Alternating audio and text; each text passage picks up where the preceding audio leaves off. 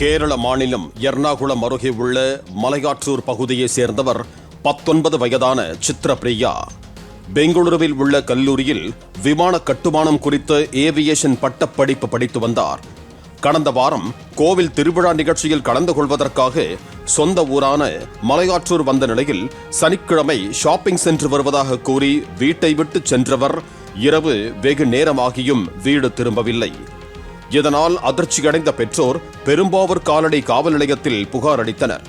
மாணவி சித்ரபிரியா மாயமானதாக வழக்கு பதிவு செய்த போலீசார் செவ்வாய்க்கிழமை மாலை மலையாற்றூர் பகுதியில் உள்ள காலி வீட்டுமனை அருகே மாணவி சித்ரபிரியா சடலமாக கிடப்பதை கண்டுபிடித்தனர். பின்தலை சிதைந்து உடலில் இரத்த காயங்களுடன் கொடூரமாக கொலை செய்யப்பட்டு கிடந்த சித்ரபிரியாவின் சடலத்தை கைப்பற்றி பிரேத பரிசோதனைக்கு அனுப்பி வைத்தனர் காவல்துறையினர்.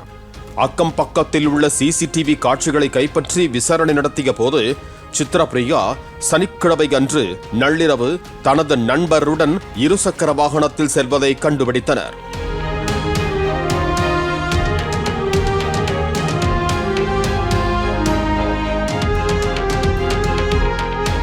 இதனையடுத்து சித்ரபிரியாவின் ஆண் நண்பரான அதே பகுதியை சேர்ந்த 21 வயதான ஆலன் என்பவரை விசாரணை வளையத்திற்குள் கொண்டு வந்த காலடி போலீசார் மாணவி கொலை தொடர்பாக பல திடுக்கிடும் தகவல்கள் வெளியாகின. ஆலனும் சித்ரபிரியாவும் சிறு வயது முதலே நண்பர்களாக பழகிய நிலையில் ஆலன் சித்ராவை மானசீகமாக காதலித்து வந்ததாக கூறப்படுகிறது. பள்ளிப்படிப்பை முடித்த சித்ரபிரியா விமானத்துறையில் படித்து வேலைக்கு செல்ல ஆர்வம் காட்டி வந்த நிலையில் அதற்கு காதலன் ஆலன் எதிர்ப்பு தெரிவித்து வந்துள்ளார். தனது காதலி மேல் படிப்பு படிக்க சென்றால் தன்னை மறந்து விடுவார் என்ற அச்சத்தில் ஆலன் எதிர்ப்பு தெரிவித்துள்ளார். எதிர்ப்பையும் மீறி சாதிக்க வேண்டும் என்ற எண்ணத்தில் சித்ரபிரியா பெங்களூருவில் உள்ள ஒரு கல்லூரியில் சேர்ந்து ஏவியேஷன் படித்து வந்ததாக கூறப்படுகிறது. பெங்களூருவுக்கு படிக்க சென்ற சில நாட்களிலேயே சித்ரபிரியா ஆலன் உடனான நட்பை துண்டித்துள்ளார்.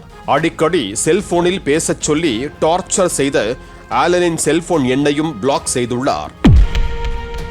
வேறு எண்களிலிருந்து தொடர்பு கொண்டால் செல்போனை எடுக்கும் சித்ரபிரியா சரிவர பேசாமல் தவிர்த்துள்ளார்.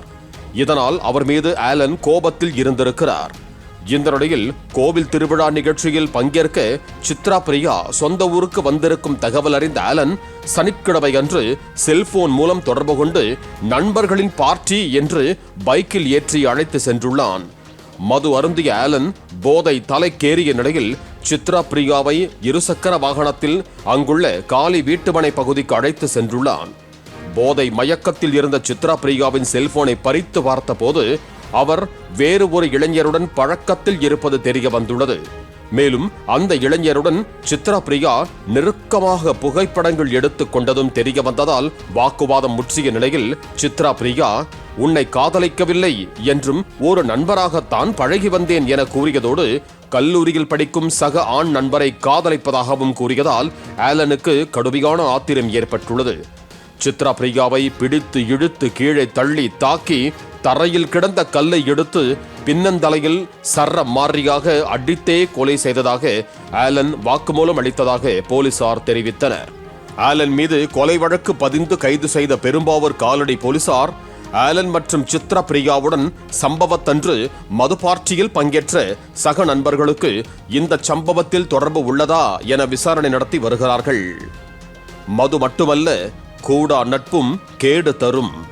பாலிமர் செய்திகளுக்காக கல்குளம் செய்தியாளர் கண்ணன் மற்றும் வேல்ராஜ். பிளே ஸ்டோர் மற்றும் ஆப் ஸ்டோரில் இருந்து பாலிமர் செயலியை QR கோடு மூலம் பதிவிறக்கம் செய்யுங்கள். செய்திகளை உடனுக்குடன் பெறுங்கள்.